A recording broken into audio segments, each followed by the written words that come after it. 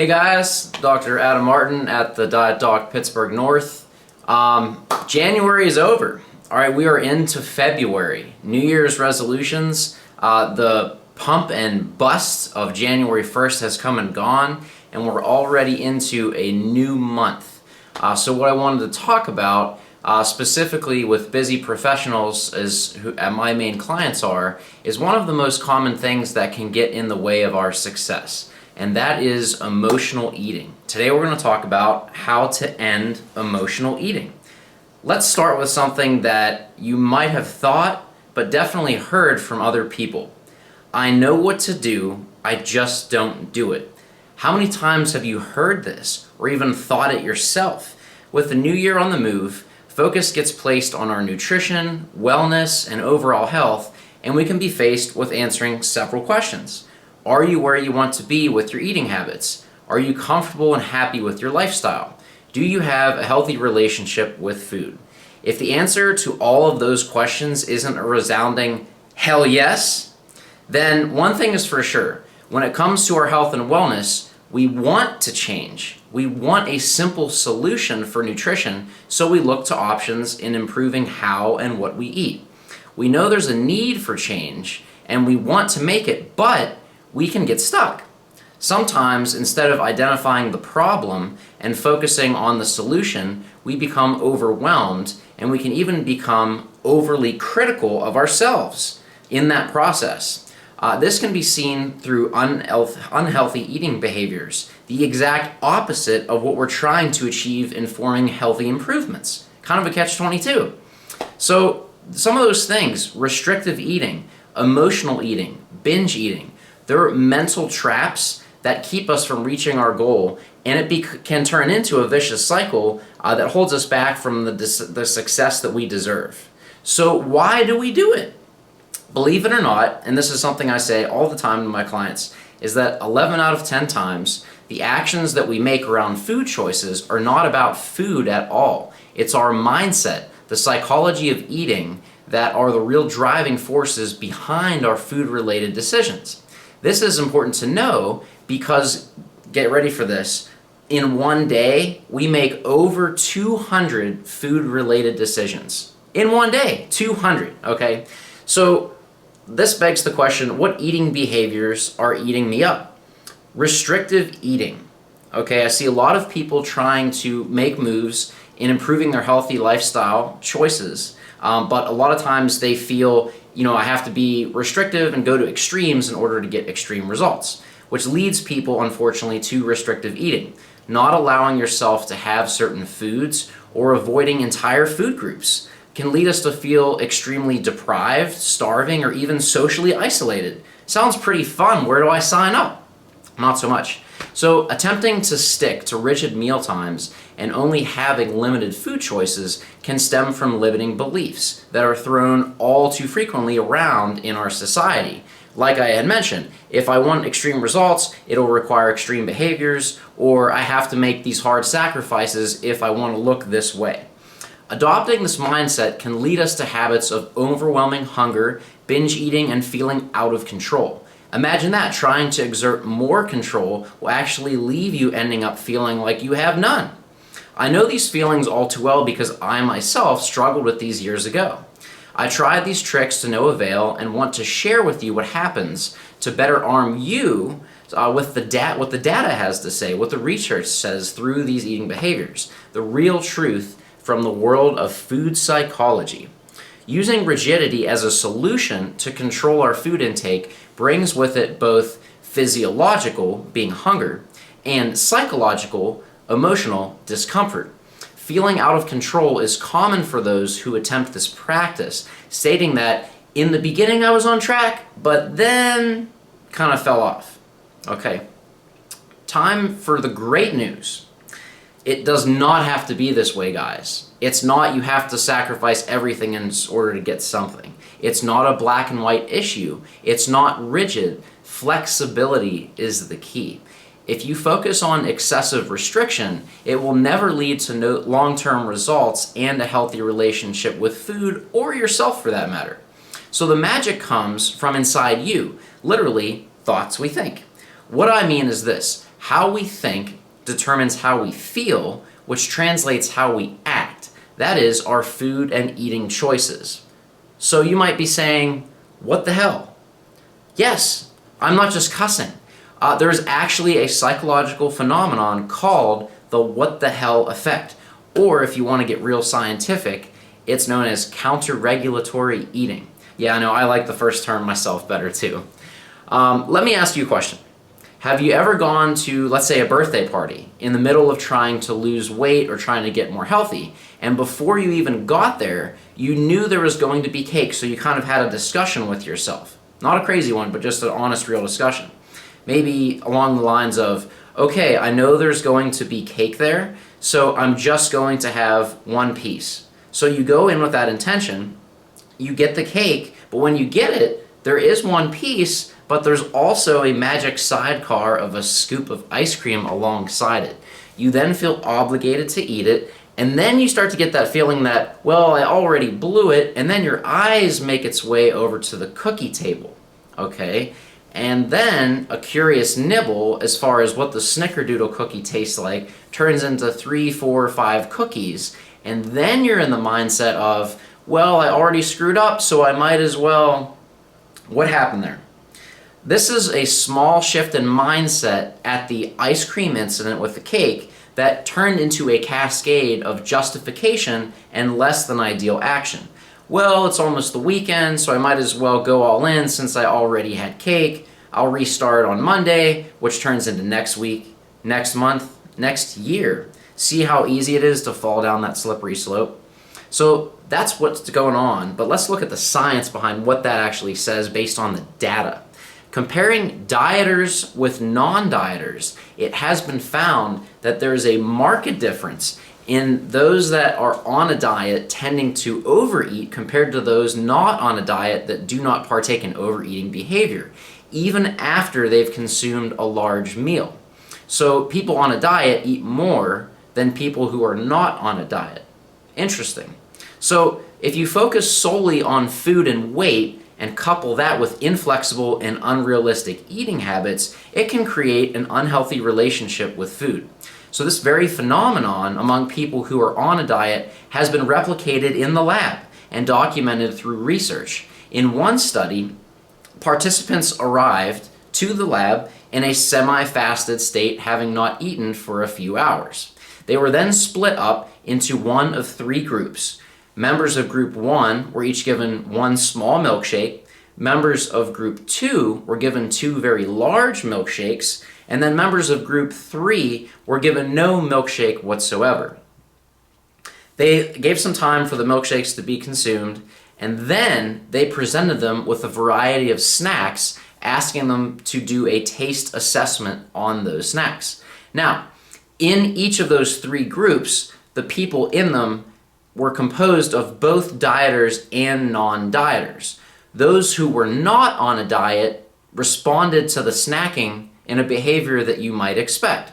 So if they had 1 small milkshake, they then snacked on a little bit of snacks. If they had 2 large milkshakes, they hardly ate anything. And then if they had no milkshake whatsoever, they ate them all. That's not very surprising, but what's very interesting is the dieters in those 3 groups displayed the exact opposite behavior. Those who were on a diet and had the 2 large milkshakes ate all the snacks because of this mindset. Might as well. They don't know if they're ever going to see those again because they're so restricted when they're in that kind of environment, be it the study or real life, a party, a social outing, anything outside of normal or restrictive conditions. They go all out because they don't know when they're going to see it again. This can lead to very unhealthy behaviors, such as emotional eating that we're talking about. Now, when we talk about emotional eating, let's not dismiss it entirely as a bad thing because it does have a place, with it being to serve a protective role to help us cope with emotion.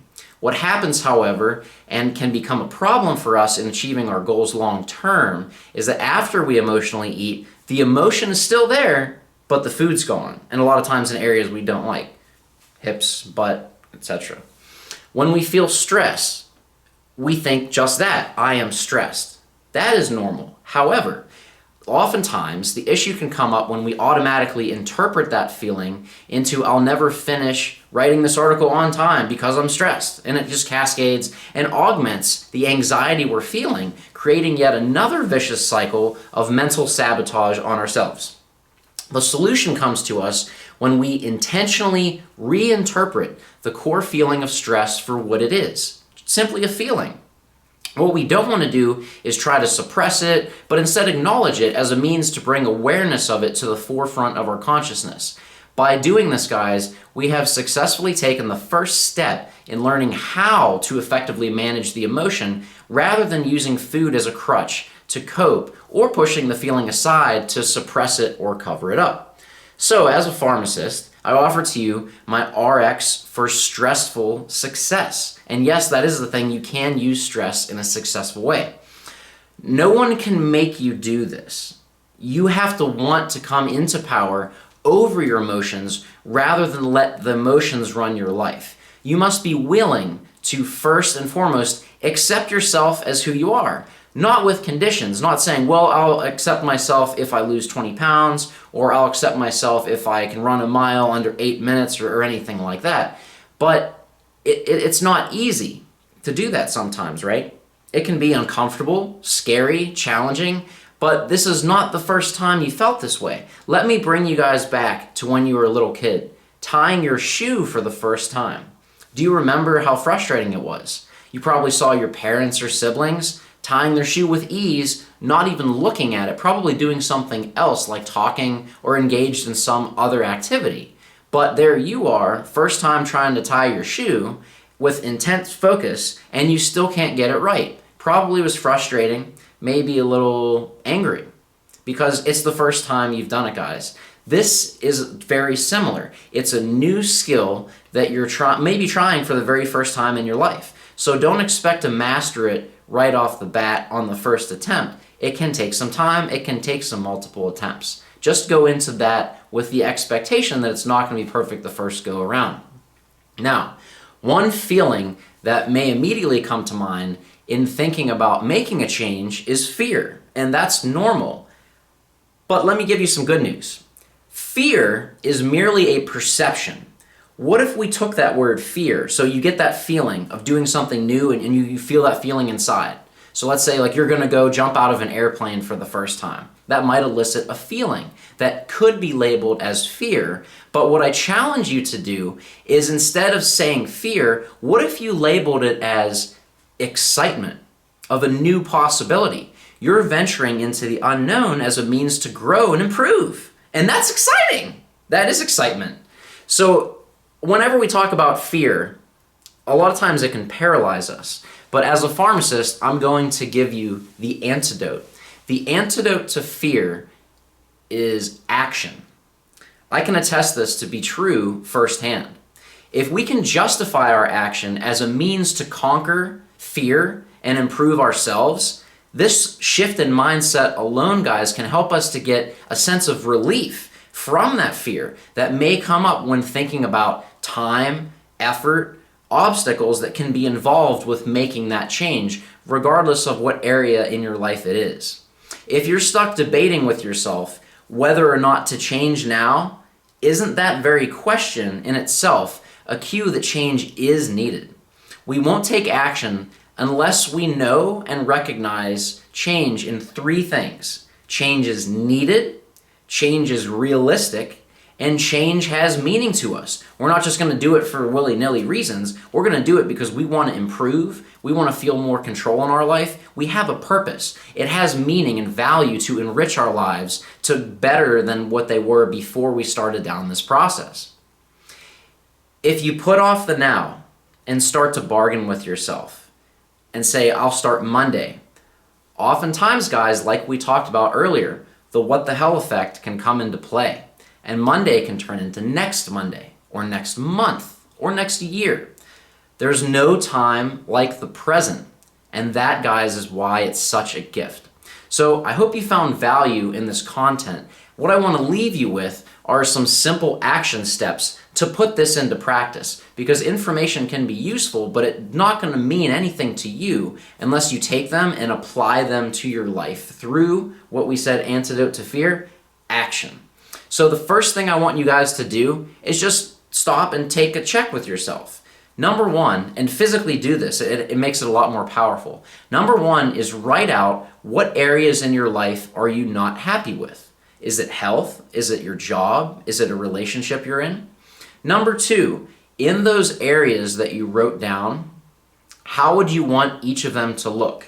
If you literally, the world was your canvas and you were the god or whatever you want to call it, and you could make things be as you wanted, how would each of those look? Be specific in each area. In my health, I will be. In my relationship, this is what it will look like. This is how I will interact with my significant other. Be as specific and give as much detail as possible. This is exciting. Think of the world as your catalog, and you can literally pick and order from anything you want in any area of your life. So that's number two. Number three is, what would your life look like if you had all of those wants you just defined fulfilled that you wrote out? Literally, if you had all those things that you wanted, how would your life look? How would you feel on a daily basis? Number four is where all of this comes together, and none of it's going to matter unless you do it. Can you guess what it is? Number four is, what action will you take to make that happen?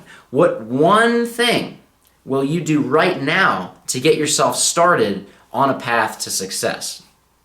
So one thing I want to leave you with, guys, is that holding yourself accountable by someone other than yourself is one of the most powerful assets you can have in helping yourself to stay on track with your goals. When the going gets tough, which it does because this is life, who will you have in your corner that won't let you off the hook? Who will push you through the setbacks when you don't feel like it? I've been serving my clients personally in this role for years and would love to learn how I can help you succeed in reaching what's most important to you. I'd love to learn what that is, so if you are interested in connecting with me or figuring out how I can help you, please reach out either here or through email, thefitpharmacist@thedietdoc.com. Thank you guys so much for tuning in. I would greatly appreciate your comments, liking, subscribing. I hope you have a great rest of your week and an awesome weekend ahead. What action are you going to take right now? Thanks, guys.